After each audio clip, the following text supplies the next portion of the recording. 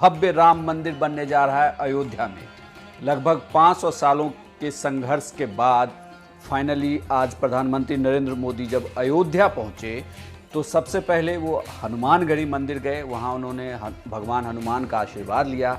इसके बाद उन्होंने रामलला की पूजा अर्चना की और फिर जो भूमि पूजन का कार्यक्रम था उसमें वो शरीक हुए।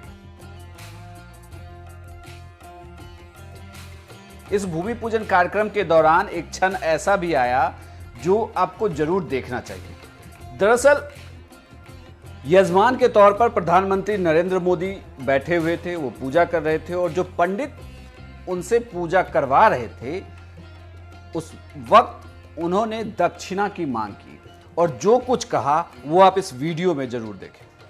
किसी भी यज्ञ में तो दक्षिणा आवश्यक होती है और ऐसे यजमान कहाँ मिलेंगे, हम लोगों को कहाँ मिलेंगे।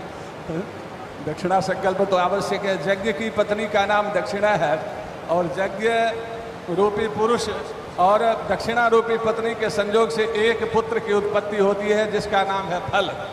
यह है तो संकल्प कर लेते हैं। दक्षिणा तो इनके द्वारा इतनी दे दी गई कि आज लाखों करोड़ों नहीं अरबों आशीर्वाद इनको प्राप्त हो रहे हैं। भारत तो हमारा ही है, उससे ऊपर और कुछ समस्याएं हैं भारत में अभी बहुत पड़ी हुई, तो समस्याओं को दूर करने का संकल्प तो लिए ही हुए हैं। और 5 अगस्त यदि उसमें भी सोने में सुगंध हो जाए, कुछ और उसमें जुड़ जाए तो अब भगवान श्री सीताराम की कृपा। हालांकि प्रधानमंत्री नरेंद्र मोदी की तरफ से कोई जवाब नहीं आया, लेकिन जो पंडित पूजा करवा रहे थे उन्होंने बहुत ही अच्छे शब्दों में अपनी बात जरूर कह दी।